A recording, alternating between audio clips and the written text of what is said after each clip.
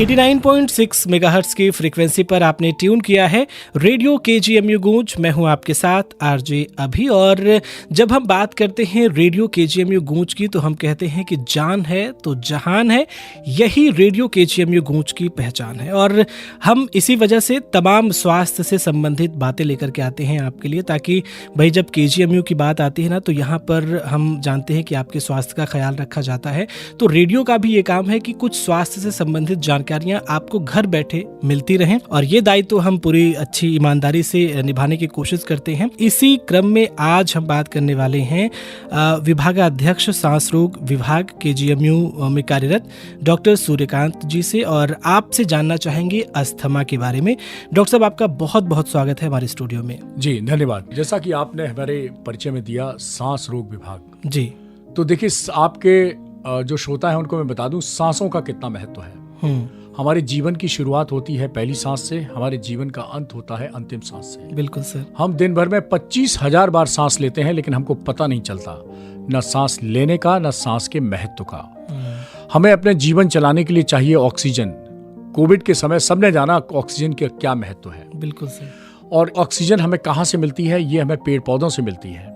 लेकिन दुर्भाग्य ये है कि हम एक पेन भी गिर जाए कोई उठा के दे दे तो उसको बोलते हैं थैंक यू भैया, धन्यवाद, लेकिन हम पेड़ पौधों को कभी धन्यवाद नहीं करते। और 500 लीटर रोज ऑक्सीजन की हमें जरूरत पड़ती है जिंदा रहने के लिए, लेकिन कहाँ से मिलती है? पेड़ पौधों से।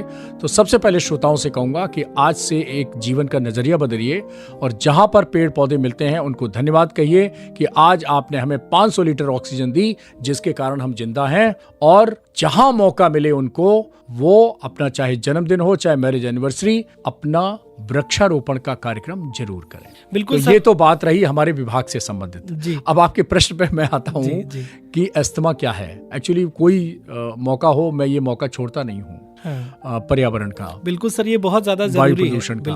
क्योंकि अभी जो नई रिपोर्ट आई है उसमें दुनिया की 100 सबसे प्रदूषित शहरों में 83 हमारे देश में है। और अब मैं बात करूंगा अस्थमा की। तो अस्थमा एक आनुवांशिक बीमारी है, यानी पारिवारिक बीमारी है, यानी पीढ़ी दर पीढ़ी स्थानांतरित होने वाली बीमारी है। जीन से रिलेटेड है, जेनेटिक्स से रिलेटेड है, और इसीलिए अक्सर 50% केसेस अस्थमा के ऐसे होते हैं जहां पर फैमिली हिस्ट्री मिल जाती है। पिताजी को सांस फूलती रही, बाबा को फूलती रही, नाना को फूलती रही, नानी को फूलती रही, चाहे वो फर्स्ट डिग्री रिलेटिव हो या सेकेंड डिग्री रिलेटिव हो, कहीं ना कहीं फैमिली हिस्ट्री मिल जाती है। अब अस्थमा है क्या? तो एक छोटा सा उदाहरण मैं दूंगा।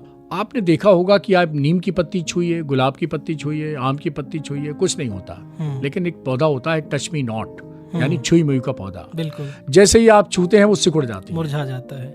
ये उनमें हेरिडिटरी उनकी क्वालिटी है, पैदाइशी उस पौधे की क्वालिटी है, जीन से रिलेटेड क्वालिटी है। ऐसे ही अस्थमा का जो रोगी होता है उसकी सांस की नलियां पैदाइशी रूप से अति संवेदनशील हैं, जिन्हें हम हाइपर सेंसिटिव कहते हैं। और जैसे ही इन सांस की नली, चूंकि सांस हम वातावरण से लेते हैं और इस वातावरण में प्रदूषण भी है, मैंने शुरू में ही बात कर ली वायु प्रदूषण की। तो जब भी कोई धूल धुआं गर्दा या कोई एलर्जी का कारक सांस के साथ सांस की नलियों में जाता है तो इन सांस की नलियों में सूजन पैदा करता है और सिकुड़न पैदा करता है। और ये सांस की नलियां जब सिकुड़ती हैं तो हवा कहाँ से जाती है? इन्हीं सांस की नलियों से जाती है। ऑक्सीजन का प्रवाह कहाँ से होता है? इन्हीं सांस की नलियों से होता है, जिन्हें हम ब्रोंकाई कहते हैं। तो ये अस्थमा का मतलब होता है हाँफना। ये ग्रीक शब्द है एस्थमेनोस, उससे निकला है। और ब्रोंकाई का मतलब होता है सांस की नलियां। तो सांस की नलियों में जब सिकुड़न आ जाती है तो मरीज हाँफने लगता है या सांस फूलने लगती है, उसको ब्रोंकियल अस्थमा कहते हैं। अब लोग कहेंगे कि भाई मैं भी गया फलाने रेलवे स्टेशन पे, बहुत धुआं था, बहुत पोल्यूशन था, मेरी सांस नहीं फूली, मेरे भाई की सांस क्यों फूल गई? तो आपकी सांस इसलिए नहीं फूली क्योंकि आपकी सांस की नलियां अति संवेदनशील नहीं है। जैसा मैंने कहा, जेनेटिकली हाइपर सेंसिटिविटी उनके अंदर नहीं है। और आपके दूसरे रिलेटिव की सांस इसलिए फूल गई क्योंकि उसकी पैदाइशी रूप से जेनेटिकली ससेप्टेबिलिटी है, जिसके कारण वो हाइपर सेंसिटिव है और वो सिकुड़ गई उस प्रदूषण के प्रभाव में और उसकी सांस फूलने लगी या खांसी आने लगी। तो ऐसा भी कोई भी तत्व जो मैंने कहा, चाहे वो वायु प्रदूषण हो, चाहे धुआं हो, चाहे धूल हो, गर्दा हो, या एलर्जी का कोई तत्व हो, विस्तार में बचाव में हम चर्चा करेंगे कि ऐसे कौन से कारक हैं। लेकिन 2 चीजें जरूरी हैं सांस फूलने के लिए। एक तो व्यक्ति का यूजली जो जीनोटाइप है, जिसको हम जीन आधारित बीमारियां कहते हैं, तो जो जीनोटाइप है वो हाइपर सेंसिटिव हो, और दूसरा कोई वातावरण में ऐसी चीज हो जो उसको ट्रिगर करे जिसके कारण सांस की नलियां सिकुड़े। तो ये दो चीजें जब होती हैं तो अस्थमा के मैनिफेस्टेशंस आते हैं। डॉक्टर साहब, अस्थमा के बारे में आपने एक पहचान के तौर पे आपने बताया कि जेनेटिक तौर पर ये देखा जाता है और इसमें सांस लेने में लोगों को समस्याएं होती हैं, सांस जिसकी वजह से फूलने लगती है और ये ज्यादातर जेनेटिक है जी। अच्छा, अब एक जैसे सांस फूलने का जिक्र हमने किया, तो क्या इसकी गंभीरता बस इतनी ही है कि सांस फूलेगी और फिर सही हो जाएगा जैसे ही हम प्रदूषण से हटेंगे, या इसकी और भी कई गंभीरताएं होती हैं जिसे हम नहीं जानते? एक तो अभिषेक जी मैं बता दूं कि ये नॉन कम्युनिकेबल डिजीज है, अर्थात मैं आपको मान लीजिए अस्थमा है, मैं आपके साथ बैठ गया, आपके साथ चाय पी ली, आपके साथ हाथ मिला लिया, तो ये हमको अस्थमा नहीं होने वाला है। छुआछूत की बीमारी नहीं है। अक्सर लोग कहते हैं अरे उसकी तो सांस फूलती है, उसके साथ मत बैठो। ये गलत है, सोशल स्टिग्मा है। तो ऐसा मेरे आपके श्रोताओं से है कि जिसकी सांस फूल रही है वो नॉन कम्युनिकेबल डिजीज है। हाँ, किसी की निमोनिया से सांस फूल रही है, टीबी के कारण सांस फूल रही है, तो कम्युनिकेबल डिजीज होती है दोनों। तो अगर अस्थमा का रोगी है और उसकी सांस फूल रही है तो वो कम्युनिकेबल डिजीज नहीं, वो नॉन कम्युनिकेबल डिजीज है। हमारे देश में करीब 3.5 करोड़ लोग, 3.5 करोड़ लोग इस बीमारी से पीड़ित हैं। आप समझ सकते हैं कि कितनी गंभीर है, अभी आपने बात की। दूसरा, पूरी दुनिया के हमारी जो पॉपुलेशन है वो केवल 17% है, 17% है, लेकिन हमारे जो अस्थमा है वो हर दुनिया का 10वां अस्थमा का रोगी वो भारतीय है। और इसके साथ साथ ये बड़ी समस्या नहीं है कि अस्थमा हमारे यहाँ बड़ी मात्रा में है। हमारे यहाँ अस्थमा की जो मोर्टेलिटी है वो 43% है। अच्छा, अब ये अस्थमा बाहर के देशों में, डेवलप्ड कंट्रीज में इतनी मोर्टेलिटी नहीं है, 4 से 5% है। हमारे यहाँ 43% क्यों है? हमारे यहाँ 43% ये है क्योंकि हमारे देश में जो अस्थमा का सही इलाज होना चाहिए वो लोगों को या तो जानकारी नहीं है या लोगों में भ्रम है, भ्रांतियां हैं और वो करते नहीं है। तो अस्थमा ऐसा है कि अगर आप अस्थमा का सर्वश्रेष्ठ उपचार सभी लोग जानते हैं, इनहेलर चिकित्सा है। लेकिन आप डॉक्टर की सलाह से इनहेलर नहीं लेंगे या बीच बीच में लेंगे, छोड़ देंगे, इरेगुलर लेंगे, तो आपको अस्थमा का अटैक पड़ सकता है। तो और मैंने बताया मृत्यु दर भी भारत में ज्यादा है, 43% है, बहुत ज्यादा है। दुनिया के जितने लोग अस्थमा से मरते हैं उसमें 43% जो है वो भारत के होते हैं। तो इसलिए गंभीर समस्या तो है। डॉक्टर साहब, आपने कहा कि अस्थमा का अटैक आता है जी। तो जैसे किसी को अगर ये बीमारी है, सांस फूलना, मान लीजिए स्वाभाविक तौर पर कोई अगर सीढ़ियाँ चढ़ रहा है तो उसकी सांस फूलने लगी, तो क्या वो समझ ले कि उसको अस्थमा हो गया है? नहीं, बिल्कुल इसके लक्षणों की अगर हम बात करें तो लक्षण क्या है वो थोड़ा सा विस्तार से अभिषेक जी, ऐसा है कि अगर हम उम्र 4 लोग चढ़ रहे हैं सीढ़ियाँ और 20 सीढ़ियों के बाद अगर सांस फूलने लगी तो वो स्वाभाविक है। लेकिन मेरी उम्र भी 20 है, दूसरे की भी उम्र 20 है, मुझे तीसरी सीढ़ी पे सांस फूल रही है और वो 30 पे फूल रही है, तो इसका मतलब संदेह पैदा होता है कि कोई ना कोई सांस की बीमारी है, अस्थमा हो सकता है। तो जैसा आपने कहा कि लक्षण क्या है, तो अक्सर 2/3 से ज्यादा जो अस्थमा के रोगी हैं उनके अस्थमा की शुरुआत होती है बचपन से।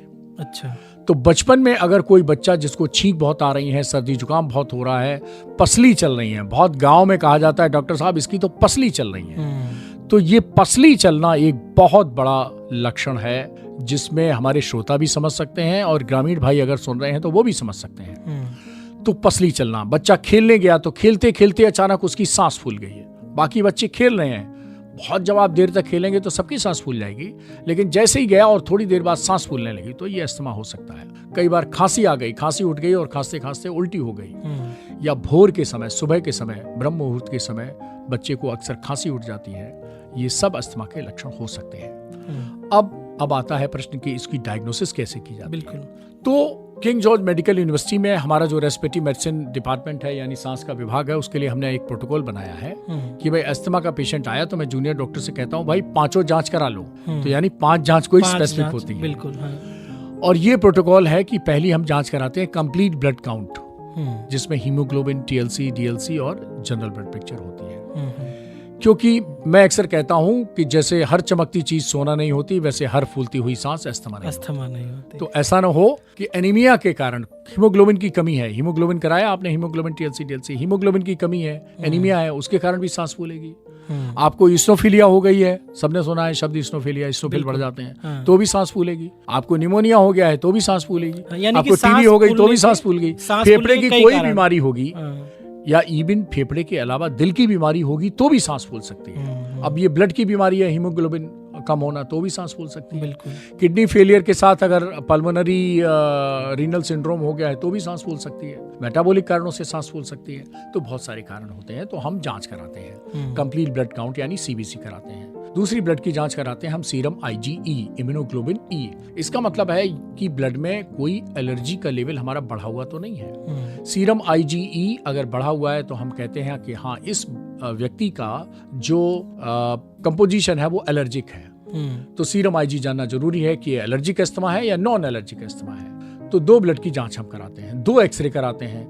एक सीने का एक्सरे कराते हैं। एक्सरे सीने का इसलिए कराते हैं, लंग्स का एक्सरे इसलिए कराते हैं, चेस्ट का एक्सरे इसलिए कराते हैं कि भाई एक्सरे में ऐसा तो नहीं कि लंग कैंसर हो उसके कारण सांस फूल रही हो, टीबी हो उसके कारण सांस फूल रही हो, निमोनिया हो उसके कारण सांस फूल रही हो, इंटरस्टिशियल लंग डिजीज हो इसके कारण सांस फूल रही हो। इन सब बीमारियों के कुछ धब्बे आते हैं जो पढ़ाए जाते हैं डॉक्टर्स को, उनको सबको मालूम है कि निमोनिया का धब्बा, टीबी का धब्बा, लंग कैंसर का धब्बा, इंटरस्टिशियल लंग डिजीज का धब्बा। तो वो हमें एक्सरे, जबकि अस्थमा में एक्सरे कैसा होगा, नॉर्मल होगा। तो सांस फूल रही है, हीमोग्लोबिन नॉर्मल है, स्नोफिलिया नहीं है, एक्सरे नॉर्मल है, तो अस्थमा है। बहुत सिंपल है। अब एक जांच और कंफर्मेटरी होती है, अस्थमा है तो किस ग्रेड का है, क्या बहुत गंभीर है, तो हम जांच कराते हैं PFT यानी पल्मोनरी फंक्शन टेस्ट। ये 5वीं जांच है, यानी फेफड़े की कंप्यूटराइज जांच होती है जिसमें हम पता लगाते हैं कि फेफड़े की कार्यक्षमता क्या है। तो वो उसकी कई ग्रेडिंग होती है कि भाई 80% तक लंग फंक्शन आ रहा है, 50 से 80% के बीच में आ रहा है, या 30% से भी कम आ रहा है, 30 से 50% के बीच में आ रहा है, वगैरह वगैरह। तो ये 5 जांच कराते हैं तो हम डायग्नोसिस अस्थमा की कंफर्म कर देते हैं। अच्छा सर, ये ग्रेड का आपने जिक्र किया, तो क्या ये ग्रेड का जो अंतर होता है, मतलब कम है या ज्यादा है, क्या ये उम्र के हिसाब से तय होता है? देखिए ऐसा है, बिल्कुल ठीक है। ये जो हमारा कंप्यूटराइज सिस्टम होता है, इसमें हम व्यक्ति की आयु फीड करते हैं, वजन उसका फीड करते हैं, हाइट फीड करते हैं, और उसके हिसाब से उसकी एक्सपेक्टेड वैल्यू आती है। तब हम कहते हैं कि ये आपकी जो एक्सपेक्टेड वैल्यू है उससे 80% आया, 70% आया, वगैरह वगैरह। तो उसका एक क्लासिफिकेशन है। ठीक है, ये हम सब कंसिडरेशन करते हैं। अच्छा, दूसरा मैं आपके बता दूं, बड़ी इंटरेस्टिंग चीज है। जैसे चंद्रमा है ना, कभी पूर्णिमा का है, कभी अमावस्या का है, कभी दूज का है, कभी चौथ का है। तो ऐसे ही अस्थमा का रोगी है, कभी हंसता है, मस्त है, उसको कोई सांस नहीं फूल रही। तो ये एक वेरिएबल बीमारी है। पता चला मार्च में सांस फूल रही थी, अप्रैल में नहीं फूल रही, और मई में फिर फूलने लगी, मंडे को नहीं फूल रही थी, संडे को फूलने लगी। तो ये जो आप जो है जरा सा आपने डिओडोरेंट लगा के पार्टी में चले गए, आपकी सांस फूल गई, क्योंकि ये भी एक कारक है एलर्जी का। आपने थोड़ी देर जो है वो कुत्ता बिल्ली के साथ खेल लिया और थोड़ी देर बाद आपकी सांस फूलने लगी। तो मैं विस्तार पूर्वक बताऊंगा बचाव में कि किन किन चीजों से बचना चाहिए कि आपकी सांस ना फूले। दिवाली, होली, ईद थी, आपने घर की पुताई, रंगाई, पेंटिंग की, और पेंटिंग वाले कमरे में स्मेल आ रही थी, आप उस कमरे में रात सो गए, रात में सांस फूल गई। तो ये अस्थमा के रोगियों को जानना चाहिए कि ऐसे कौन कौन से कारक हैं जिनके कारण सांस फूलने की। मैं बचाव के सेक्शन में आपको बताऊंगा कि किन किन चीजों से बचें तो आप स्वस्थ रहेंगे, अस्थमा का अटैक नहीं पड़ेगा। बिल्कुल। अच्छा सर, 5 जांचें आपने करा ली और कंफर्म कर लिया कि हाँ जो पेशेंट है वो अस्थमा का पेशेंट है। एक एक्सरे रह गया, मैंने 2 एक्सरे बताए थे, सॉरी मैं एक ही एक्सरे बताया। एक नाक और साइनस का एक्सरे भी कराते हैं। हाँ, क्योंकि साइनोसाइटिस की वजह से भी समस्या है, और देखा गया है कि 80% अस्थमा के रोगियों में साथ में एलर्जिक राइनाइटिस और साइनोसाइटिस भी होती है। तो इसीलिए मैं कहता हूं कि नाक और गला और फेफड़ा, इनका संबंध ऐसा है कि ये 2 मंजिला बिल्डिंग है। ग्राउंड फ्लोर की बिल्डिंग पे फेफड़ा रहता है, और नाक, कान, गला जो है वो पहली मंजिल पे रहता है। अगर पहली मंजिल आपकी टपक रही है तो समस्या कहाँ है, पहली मंजिल में। फर्श किसका खराब होगा, ग्राउंड फ्लोर का। तो इसलिए जब तक आप ENT प्रॉब्लम यानी एलर्जिक राइनाइटिस है, साइनोसाइटिस है, इनका अच्छा इलाज नहीं करेंगे तो अस्थमा आप कंट्रोल अच्छा नहीं कर पाएंगे। और एक चीज और है, एलर्जिक राइनाइटिस अपने आप में एक रिस्क फैक्टर है अस्थमा का। अगर कोई ENT के डॉक्टर और चेस्ट के डॉक्टर सुन रहे हैं तो मैं अक्सर कहता हूं कि चेस्ट के डॉक्टर को चाहिए कि वो ENT का चेकअप जरूर मरीज का करा ले, और ENT के वाले को चाहिए कि चेस्ट का मरीज का, नाक की एलर्जी वालों का चेकअप जरूर करा ले, क्योंकि हर तीसरे एलर्जिक राइनाइटिस पेशेंट को ये खतरा बना हुआ है कि आगे चल के उसको अस्थमा भी हो सकता है। Every 3rd patient of allergic rhinitis, नाक की एलर्जी जिसको हम कहते हैं, छींकें, नाक से पानी बहना, नाक बंद हो जाना, वगैरह वगैरह, ये every 3rd patient of allergic rhinitis is a potential future candidate of bronchial asthma. तो ये संबंध है, इसीलिए नाक और साइनस का भी एक्सरे हम कराते हैं। तो 5 जांचें मैं दोबारा रिपीट कर देता हूं, हमारे श्रोता जो है वो डॉक्टर सूर्यकांत की छोटी सी गलती से कंफ्यूज हो गए होंगे। नहीं सर, आपने जिस हिसाब से बताया मुझे लगता है कि जिसने कभी नहीं समझा होगा वो समझ गया होगा। नहीं, उसी को ऐसा ही मेरा उद्देश्य भी यही है। बिल्कुल, हमारे रेडियो गूंज के जेमू का उद्देश्य भी यही है। अभिषेक जी हमारे जो आरजे हैं उनका भी उद्देश्य है। वो ये है कि 2 खून की जांच, सीबीसी यानी कंप्लीट ब्लड काउंट और सीरम आईजी, 2 एक्सरे यानी एक्सरे चेस्ट का और एक्सरे पैरानेजल साइनसेस का, और 1 लंग फंक्शन की जांच यानी पल्मोनरी फंक्शन टेस्ट। ये 5 जांचें होती हैं। ठीक है। अब सर, अगर पेशेंट अस्थमा का है तो जाहिर सी बात है कि उसके उपचार का हम जिक्र करेंगे। जी। किस तरह से इसका उपचार किया जा सकता है? जैसे आपने कहा कि ये एलर्जी की बीमारी बिना है। किसी भूमिका के मैं कहता हूं कि इनहेलर चिकित्सा 2024 तक अभी तक जितनी मेडिसिन डेवलप की है उससे अच्छी चिकित्सा कोई नहीं है। यही गोल्ड स्टैंडर्ड है। लेकिन समस्या दूसरी है, आपको ऐसे लोग जिन्होंने मेडिकल कॉलेज का शक्ल भी नहीं देखी होगी, कभी गए भी नहीं होंगे, वो आपको सलाह देंगे इनहेलर, अरे नहीं, लत पड़ जाती है, कभी मत लेना, अरे ये डॉक्टरों की चोचलेबाजी है, अरे अभी से इनहेलर लेने लगे। अरे भाई, inhaler is the first and only treatment for bronchial asthma. आप साथ में कुछ भी करिए, साथ में आप योग करिए, प्राणायाम करिए, जो सलाह दें आपके अड़ोसी पड़ोसी रिश्तेदार। हमारे देश में तो सब कोई दूसरों को सलाह दे देता है मुफ्त की। बिल्कुल। और इसीलिए लोग खाने की सलाह देंगे, खान पान की सलाह देंगे, लोग ये सलाह देंगे। आपको याद है कुछ साल पहले लोग अस्थमा के रोगी हैदराबाद में मछली खाने जाया करते थे? आपको शायद नहीं याद है। नहीं, आप अपने पापा मम्मी से पूछिएगा जाके आज। अच्छा। अभी कुछ है तो जो दादा दादी बाबा बाबी अब ताऊ पापा की उम्र में है, वो सब जानते हैं कि आज से 10-20 साल पहले बहुत प्रचलित था कि हैदराबादी मछली खा जाओ और अस्थमा ठीक हो जाए। तो अच्छे अच्छे शुद्ध शाकाहारी तिलकधारी वो जाते थे और शर्माते शर्माते मछली खा के आते थे। और मेरे पास बहुत से ऐसे मरीज आते थे जिन्होंने 5 बार हैदराबादी मछली खाई और उसके बाद भी हमारे पास आते थे। क्या बताएं सर, सांस फूल गई, मछली भी खा ली। और फिर ये मछली वालों ने कैंप लगाने शुरू कर दिए, चारबाग स्टेशन पे आ गए, वहां कैंप लगा, ये लगा, लेकिन अब वो सब बंद हो गया। तो इनहेलर चिकित्सा डॉक्टर की सलाह से लेनी चाहिए, यही सर्वश्रेष्ठ चिकित्सा है। अगर साथ में आपको एलर्जिक राइनाइटिस है तो ईएनटी के डॉक्टर भी दिखाना चाहिए और उसकी भी इलाज कराना चाहिए। जैसे मैंने कहा कि पहली मंजिल सुरक्षित रहेगी तो ग्राउंड फ्लोर भी सुरक्षित रहेगा, नाक यानी पहली मंजिल, फेफड़ा यानी ग्राउंड फ्लोर। तो ये कोऑर्डिनेटेड वे में, इसके साथ साथ और भी कोमॉर्बिड कंडीशन अस्थमा की हो सकती है। जैसे जिन लोगों को मोटापा है उनको अस्थमा का ज्यादा सीवियर होता है तो मोटापा कम करना चाहिए। जो लोग फास्ट फूड खाते हैं ज्यादा, उनको अस्थमा का ट्रिगर होने का ज्यादा खतरा है। जो लोग ऐसे धुआं धक्कड़ वाले वातावरण में काम करते हैं उनको अस्थमा की सीवियरिटी ज्यादा, अस्थमा अटैक होने का खतरा है। तो ये सब चीजें भी देखनी चाहिए। जो धूम्रपान कर रहे हैं, स्मोकिंग कर रहे हैं, उनको भी ये अस्थमा होने का, बढ़ने का खतरा ज्यादा है, सीवियरिटी होने का खतरा ज्यादा है। इसके अतिरिक्त कई लोग रात का खाना देर से खाते हैं। जो जितनी देर से खाना खाएगा उसका वजन भी बढ़ेगा और उसको एक समस्या होगी जिसको कहते हैं GERD, गैस्ट्रोइसोफेजियल रिफ्लक्स डिजीज, और उससे भी अस्थमा बढ़ता है। बहुत से लोग कहते हैं हम तो साहब इनहेलर ले रहे हैं फिर भी मेरी सांस फूल रही। तो मैं एक ही प्रश्न पूछता, भाई साहब, बहन जी, माता जी, रात का खाना कितने बजे खाते हो? आते आते सब लोग को 9-10 तो बज ही जाता है। भाई 9-10 खाने का समय नहीं है, खाने का समय है। मैं तो अक्सर उदाहरण देता हूँ, मेरे पास कोई आता है कि मैं शर्मा हूँ, वर्मा हूँ, गुप्ता हूँ, तो मैं तो कहता हूँ जैन हो जाइए। जैन हो जाइए। क्या मतलब सर, मैं जैन कैसे हो जाऊं? मैंने कहा भाई जैन लोग सूर्यास्त भोजन खत्म। तो सबसे अच्छी मुझे इस धर्म की बात लगती है कि सूर्यास्त के बाद वो भोजन नहीं करते। और जो जितना देर भोजन करेगा वो समझ लीजिए जितने घंटे लेट भोजन कर रहा है वो उतनी ही बीमारियों का निमंत्रण पत्र छपा के भेज रहा है।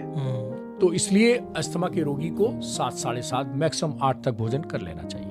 और भोजन और रात के सोते समय का जो टाइम है मिनिमम वो 3 घंटे का होना चाहिए। अगर आपने 8 बजे भोजन किया है तो 11 बजे आप सोने जाइए। लोग क्या करते हैं, 10 बजे खाना खाते हैं, खाना खत्म हुआ 11:15 बजे सो गए। बहुत गलत है। बहुत सारी बीमारियों को जन्म देता है, उसमें एक अस्थमा को भी बढ़ावा देता है। इलाज के तौर पर डॉक्टर साहब अगर हम बात करते हैं तो बहुत लोग कहते हैं कि इसका लंबा इलाज चलता है। इनहेलर की आपने बात की। देखिए, कुछ बीमारियां हमारे जीवन में लाइफ लॉन्ग है।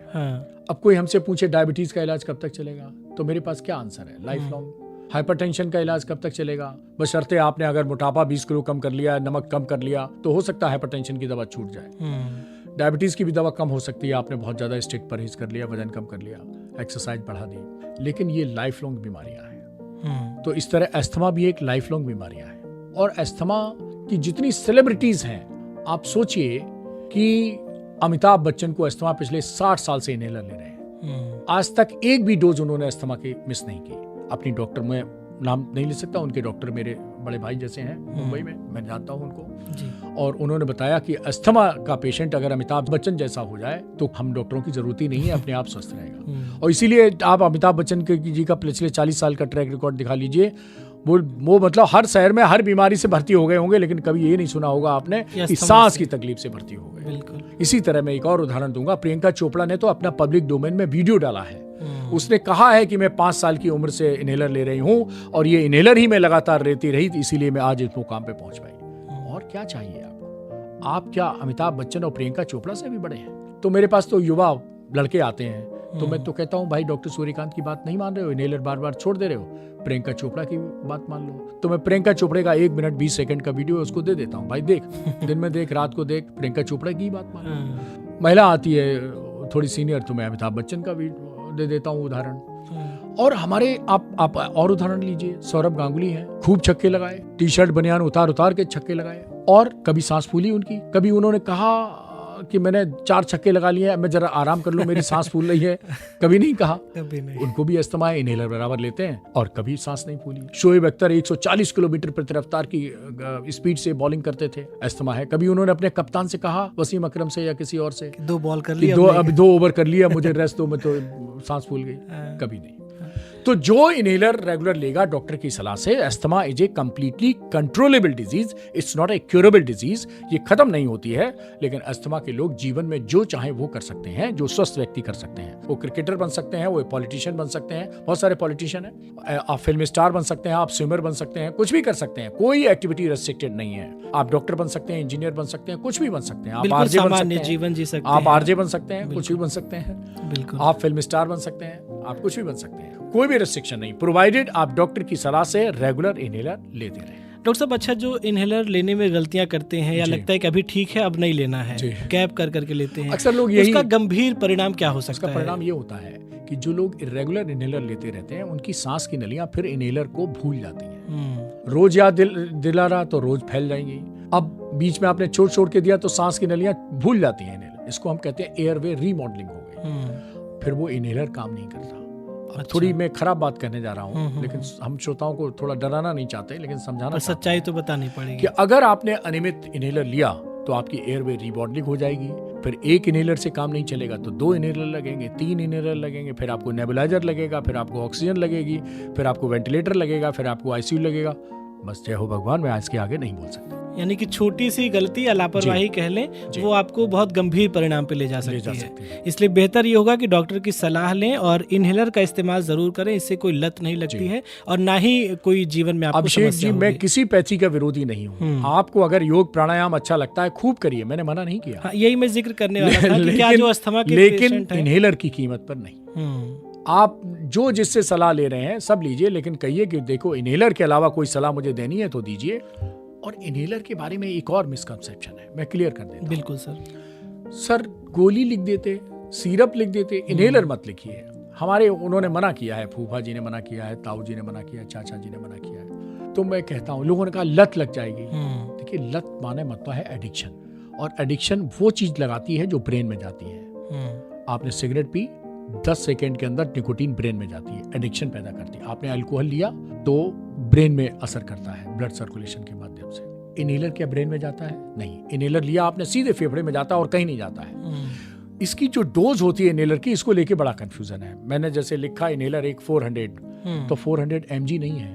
इनहेलर जितने दुनिया में होते हैं उनकी डोज होती है mcg। अगर हमारे मैथ के कुछ श्रोता होंगे तो मैं उनको क्लियर कर देना चाहता हूं, और बाकी सबको भी। mcg का मतलब होता है माइक्रोग्राम। तो इनहेलर में जो डोज होती है वो माइक्रोग्राम में होती है, जो गोली कैप्सूल या सिरप में डोज होती है दवा में, वो mg यानी मिलीग्राम में होती है। 1 मिलीग्राम में 1000 माइक्रोग्राम होते हैं। तो आपको तो इतनी कम डोज की दवा मिल रही है, आप क्यों मिलीग्राम में शिफ्ट करना चाहते हैं? 1000 गुना ज्यादा। दूसरा, इनहेलर आप गोली कैप्सूल खाते हैं तो पेट में जाता है, पेट से पच के फिर ब्लड सर्कुलेशन में जाता है, ब्लड सर्कुलेशन से फिर आपका सब अंगों में जाता है। तो ब्रेन में भी गया, बोन में भी गया, लिवर में भी गया, किडनी में भी गया, सब जगह वो दवा गई आपने गोली जो खाई। लेकिन इनहेलर की दवा तो नहीं गई कहीं। तो उसने जहां की दवा थी उस पर इफेक्ट किया, बाकी ऑर्गन पे साइड इफेक्ट किया। लेकिन हमारी दवा तो इनहेलर की दवा सीधे फेफड़े में जा रही है और कहीं जा नहीं रही है, सबको बाईपास कर दे रही है। तो इसीलिए कहीं साइड इफेक्ट भी इसका नहीं होता है। डॉक्टर साहब, योग और प्राणायाम का जिक्र आपने किया था, तो क्या अस्थमा के पेशेंट के लिए ये ठीक है? इससे क्या तो मैं आपको अभिषेक जी बता दूं, दुनिया की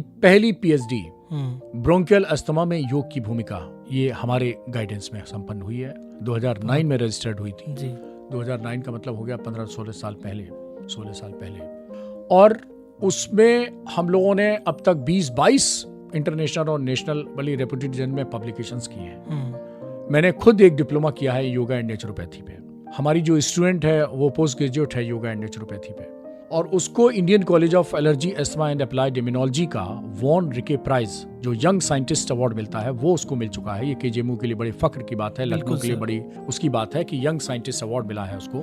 वॉन रिके प्राइज एलर्जी के फील्ड, एस्थमा के फील्ड में दिया जाता है, और उसमें हम लोगों ने ये साबित किया है कि हाँ, प्राणायाम करने से अस्थमा में फायदा होता है। उसके साथ साथ हमने ये भी निष्कर्ष निकाला है कि अगर आप इनहेलर के बिना प्राणायाम करेंगे तो कोई फायदा नहीं होगा, बल्कि नुकसान हो जाएगा। तो प्राणायाम करिए, लेकिन इनहेलर के साथ करिए। बिल्कुल, ये एड ऑन है, ये केवल ऑन नहीं है। ये ध्यान में रख के अगर आप करेंगे तो फायदा होगा। बिल्कुल। डॉक्टर साहब, बहुत सारी बातें आपने बताई हैं और मुझे उम्मीद है कि अस्थमा के बारे में आज सबको बहुत ही अच्छे से मैं चलते चलते दो चीजें और बता देता हूँ। सर। एक खान-पान और दूसरे बचाव। हाँ, बचाव बहुत अक्सर कहते हैं, लेकिन खान-पान तो मैं आपको बता दूं कि शुद्ध शाकाहारी भोजन अस्थमा के लिए सर्वश्रेष्ठ है। इसलिए नहीं कि डॉक्टर सूर्यकांत शाकाहारी हैं, मैं आपको बताऊं अमिताभ बच्चन भी वेजिटेरियन है, प्रियंका चोपड़ा भी वेजिटेरियन है। इन सब लोगों को पता है कि हमको वेजिटेरियन रहने में ही भलाई है। तो मैं आपको बता दूं कि शुद्ध शाकाहारी भोजन करिए, हरी सब्जियां और फलों का बहुत प्रयोग करिए, ड्राई फ्रूट्स भी आप ले सकते हैं। ऐसी कोई भी चीज जिससे आपका गला खराब होता है, बहुत ज्यादा खट्टी चीजें, बहुत ज्यादा तीखी चीजें, बहुत ज्यादा मिर्च मसाले वाली चीजें, मैं ये भी नहीं कहता कि बॉइल्ड खाइए, मीडियम स्पाइसी खाइए, आप चटपटा खाने का मन है खाइए, किसने मना किया, खाइए, लेकिन फास्ट फूड मत खाइए। मैं तो, मेरा एक बहुत पुराना डायलॉग है, समस्या तब नहीं थी जब हमारी आंटी चिप्स बनाती, समस्या तब आई जब अंकल चिप्स आने लगे। ये जो फास्ट फूड का प्रचलन चला है, इसने सब, इसीलिए बच्चों में अस्थमा बहुत तेजी से बढ़ रहा है। नई रिपोर्ट है, बच्चों में ओबेसिटी बढ़ रही है और अस्थमा बढ़ रहा है because of this fast food culture. तो फास्ट फूड मत खाइए, कोल्ड ड्रिंक मत पीजिए, आइसक्रीम मत खाइए जब कभी मन है। मान लीजिए आप चटोरे हैं, चाट खाने का मन है, तो आपको पता तो है ना कि हमारी मम्मी कौन सा तेल इस्तेमाल कर रही हैं, कितना फ्राई कर रही हैं, और उसमें प्रिजर्वेटिव जब पड़ जाता है किसी फास्ट फूड में, तो और वो कहते हैं ना, नीम और करेले का कॉम्बिनेशन हो जाता है। तो इसलिए कभी चाट खाने का मन है, समोसा खाने का मन है, मम्मी से बनवा लीजिए, मौसी से बनवा लीजिए, बिटिया से बनवा लीजिए, जो आप बनाएं। मैं ये नहीं कहता कि आप अस्थमा है तो जवान काट के फेंक दीजिए, डॉक्टर सूर्यकांत को डोनेट कर दीजिए, उन्होंने अंगूठा दे दिया था, डॉक्टर साहब को जीभ दे दो, ऐसा नहीं कहता मैं। तो मैं कहता हूँ कि मान लीजिए आप सबका, देखिए ऐसा है ना, बहुत सारे सेंसेस हैं, उसमें एक टेस्ट भी सेंस है। हम ये नहीं कहते कि आप अपनी जीवन जो है वो नरक बना लीजिए। आपका खाने का मन है तो आप खाइए, लेकिन घर में बनवा के खाइए। लेकिन कोशिश करिए कि 90% जो आपका महीने में खाना रहता है वो स्वस्थ होना चाहिए, यानी हरी सब्जियों के साथ होना चाहिए। दाल है, छोले हैं, मटर है, बहुत सारी सब्जियां आती हैं, वैरायटी है। आप सब कोई भी सब्जी, कोई भी दाल, कोई भी चावल। एक और भ्रम है, सांस का मरीज है दूध नहीं पी सकता, सांस का मरीज है घी नहीं खा सकता, सांस का मरीज है चावल नहीं खा सकता। बकवास। हम तो कहते हैं चावल में खाइए, चावल में नहाइए, चावल में स्विमिंग करिए, खूब चावल खाइए। कोई ऐसी स्टडी नहीं है, लेकिन हाँ कुछ स्टडी है वो कहती हैं, इसलिए मैंने नॉन वेजिटेरियन मना किया, अंडे से भी नुकसान होता है। और कुछ लोगों को, बहुत कम ऐसे हैं जिनको ग्लूटेन हाइपर सेंसिटिविटी होती है, उनको दूध, मिल्क एंड मिल्क प्रोडक्ट नुकसान करते हैं। उनको छोड़ के आप कुछ नहीं, मिल्क एंड मिल्क प्रोडक्ट खा सकते हैं, लेकिन हाँ खट्टा दही वो भी रात में मत खाइए, खट्टा मट्ठा मत खाइए। अगर दही और मट्ठा खाने का मन है तो बिल्कुल, जिसको बच्चा दही कहते हैं, सादा दही होना चाहिए, खट्टा नहीं होना चाहिए। अब ऐसा मत करिए खट्टे दही में 4 चम्मच चीनी डाल दी, बोले डॉक्टर सूर्यकांत ने खट्टा दही मत खाया, मैं तो मीठा दही खा रहा हूँ। भाई मेरे पास इतने कुतर्क करते हैं कि मैंने तो हर चीज कुतर्क की काट निकाल ली है। तो अब मैं ये भी बोलने लगा हूँ कि दही खट्टा नहीं, इसका मतलब ये नहीं है कि खट्टे दही में 4 चम्मच डाली और बोले डॉक्टर सूर्यकांत को हमने मान लिया, मैं तो मीठा दही खाता हूँ, खट्टा कहाँ खाता हूँ। तो ऐसा मत करिए। जो बच्चा दही होता है, सादा दही होता है, उसको आप दिन में जब सूर्य निकला हुआ है, धूप है, तो आप खा सकते हैं, लेकिन रात को चटनी, अचार, रायता, मट्ठा, दही, ये सब नहीं खाना चाहिए। सैलेड ये रात को नहीं खाना चाहिए। और रात का खाना तो मैंने बता ही दिया, 7, 7:30 मैक्सिमम 8 तक। सूर्यास्त से पहले अगर हो जाए तो ज़्यादा सही है। जी जी। डॉक्टर साहब, जैसे कुछ लोगों को हवाओं से इन्फेक्शन होता है, या कहें कि उनका गला खराब होता है, या उसकी वजह से उन्हें एलर्जी होती है, तो ऐसे ज्यादातर लोग मिलते हैं, उनके लिए क्या सलाह देना चाहेंगे? बिल्कुल सही है कि अस्थमा में मौसम बदलता है तो अस्थमा की तकलीफ बढ़ जाती है। जी सर। ठंडी से गर्मी आएगी, गर्मी से बारिश आएगी, बारिश से भाई, तीनों मौसम में तकलीफ बढ़ जाती है। और ये जो मई का महीना, अप्रैल मई का महीना चल रहा है, इसीलिए हर मई के महीने में पहले मंगलवार को विश्व अस्थमा दिवस मनाया जाता है। कारण उसका यही है कि इस महीना अस्थमा के लिए सबसे खतरनाक होता है। इस मौसम में नए नए फूल खिलते हैं, नए नए परागकण निकलते हैं। फूलों से जो परागकण निकलते हैं वो हमारे आंखों से दिखते नहीं है, लेकिन वो सांस के साथ हमारे सांस की नलियों में चले जाते हैं जी। और वो भी वही काम करते हैं जो बाकी धूल धुआं करता है, यानी सूजन करते हैं और सिकुड़न करते हैं सांस की नली में। इसके अलावा अगर आपने घर के अंदर आपने घर को घर न बना के बाड़ा बना दिया है, उसमें कुत्ता है, बिल्ली है, तोता है, मैना है, कबूतर है, पता नहीं आजकल चौहा, खरगोश। मैंने तो एक दिन के एक घर में गया, सर हमने तो ये देखिए खरगोश पाल रखे हैं। मैंने कहा भाई खरगोश नहीं, बीमारी का दावत आपने पाल रखी है, तो घर को घर रहने दीजिए, जानवरों का बाड़ा मत बनाइए, उसको चिड़िया घर मत बनाइए। और इसी तरह सॉफ्ट टॉयज होते हैं। हमारी बिटिया को तो सर टेडी बियर के बिना नींद नहीं आती। अरे भाई टेडी बियर को नींद नहीं आती वो ठीक है, लेकिन अस्थमा है तो टेडी बियर नहीं अफोर्ड कर सकते आप। जितने सॉफ्ट टॉयज हैं, फर वाले खिलौने जो होते हैं, खासतौर पर टेडी बियर, बिटिया है 2 फीट की और टेडी बियर है 4 फीट का, ऐसे ऐसे तो टेडी बियर रखे हुए हैं घरों में। तो ये एलर्जी अस्थमा के घर में ये सब नहीं होना चाहिए। अगर आपने बहुत ज़्यादा सोफा कवर, कर्टेन और कारपेट बिछा रखी हैं तो उन सब की तो फिर आप एक वैक्यूम क्लीनर भी खरीदिए, रोज सफाई करिए। और बेडशीट अस्थमा के पेशेंट की रोज चेंज होनी चाहिए, धुलनी चाहिए। कर्टेन भी फ्रीक्वेंटली चेंज होने चाहिए। घर में जाला, गंदगी भी नहीं होनी चाहिए। जाला है, अगर आप इस मौसम में कूलर का इस्तेमाल कर रहे हैं तो पहले तो मैं कहूँगा कि कूलर का इस्तेमाल ना करें। कर भी रहे हैं तो रोज पानी साफ करें।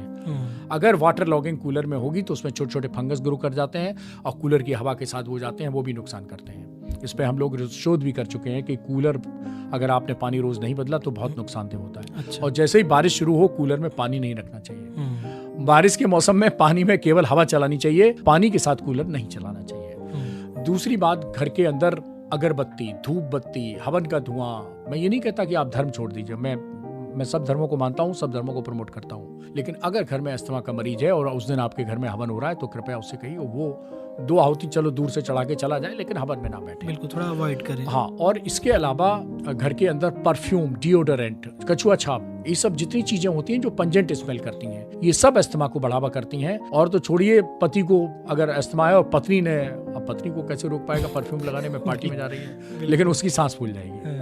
तो कहिए भाई पत्नी जी को हाथ जोड़ के थोड़ा रिक्वेस्ट कर लीजिए, उसमें क्या दिक्कत है कि आज आप परफ्यूम लगाएं इसलिए मैं दूर दूर रहूंगा आपसे, पार्टी में धमकी दे दीजिए, बस फिर नहीं लगाएगी वो। तो ये परफ्यूम वगैरह, डिओडोरेंट। इसी तरह घर में होली, दिवाली, ईद के, बकरीद पे आप सफाई करते हैं, रंगाई करते हैं, पुताई करते हैं, पेंट करते हैं, तो जब तक पेंट की स्मेल घर में अंदर है, अस्थमा के रोगी को उससे बचना चाहिए, नहीं तो बढ़ जाएगी। तनाव नहीं लेना चाहिए, तनाव से भी अस्थमा बढ़ता है। प्री मेंस्ट्रुअल और मेंस्ट्रुएशन साइकिल के दौरान भी यंग बच्ची हैं उनको मैं सलाह देता हूँ, उस दौरान भी अस्थमा बढ़ता है, इसलिए काम कूल रहें, स्ट्रेस मत लें। इसके अलावा कुछ प्रेगनेंसी में भी अस्थमा बढ़ जाता है। ये भी देखा गया है कि जो सिजेरियन सेक्शन से जो बच्चे सिजेरियन डिलीवरी से पैदा हो रहे हैं उनको अस्थमा होने का खतरा ज्यादा है। अब लेकिन जो इंडिकेशन है उसके हिसाब से तो करना ही पड़ेगा। आपके परिवार में अस्थमा, या आप कोई प्रेग्नेंट लेडी है घर में, कोई स्मोकिंग कर रहा है तो अस्थमा, उसको पैसिव स्मोकिंग होगी और अस्थमा का खतरा उसके बच्चे को ज्यादा हो जाएगा। तो धूम्रपान न करें, कोई और एडिक्शन ना करें, हरी भरी सब्जियां खाएं, फल खाएं, धूल धुआं गर्दा से बचें, और जो मैंने बताए इंस्ट्रक्शन वो। और वर्क प्लेस पे भी अगर धुआं गर्दा है तो आप मास्क लगा के जाएं, और नहीं तो आप कोई वर्क बदल भी सकते हैं, ऐसा बिना धूल धुआं गर्दा का हो सकते हैं। और ग्रामीण भाइयों के लिए, मुझे पता नहीं रेडियो गूंज की कितनी केजेएमयू की सर, इसको मतलब पूरे विश्व में कहीं भी सुना जा सकता है ऐप के माध्यम से। तो गांव के भाइयों को मैं आखिरी टिप देता हूं और अपनी बात समाप्त करता हूं। गांव में इस समय थ्रेशर का समय चल रहा है, गेहूं की कटाई का समय है। बिल्कुल सर। और उनको फिर एक कमरे में रखा जाता है, गेहूं के बोरे रखे जाते हैं, उसी में भुस या प्याल जो है वो रखा जाता है, पुआल। तो कृपया हमारे अस्थमा के रोगी, सांस के रोगी एक बात ध्यान रखें कि थ्रेशर जहां चल रहा है, जहां कटिंग हो रही है, वहां ना जाएं, क्योंकि वो आपको अस्थमा का अटैक कर देती है। और जिस कमरे में गेहूं के बोरे रखे हुए हैं या भूसा और पुआल रखा हुआ है, उस कमरे में भी ना। तो ये ग्रामीण भाइयों के लिए अलग से टिप थी। बिल्कुल, मुझे लगता है कि मैंने पहली बार अस्थमा पे इतनी सारी बातें सुनी हैं और समझी हैं, और मुझे लगता है कि अब मुझसे अगर कोई पूछेगा तो मैं उससे 2-4 अच्छी बातें तो जरूर बता ले जाऊंगा। मैं तो कहता हूँ कि मेरा हर श्रोता अस्थमा का मेरा एडवोकेट बन जाए। बिल्कुल सर, मैं तो बन गया हूँ आज से। चलिए, तो बहुत बहुत शुक्रिया सर कि आप टाइम निकाल करके हमारे स्टूडियो में आए और अस्थमा पर इतनी विस्तृत तौर पर अच्छी जानकारी दी। स्टूडियो में आने के लिए बहुत बहुत शुक्रिया। Thank you. Thank you. KGMU Gooch 89.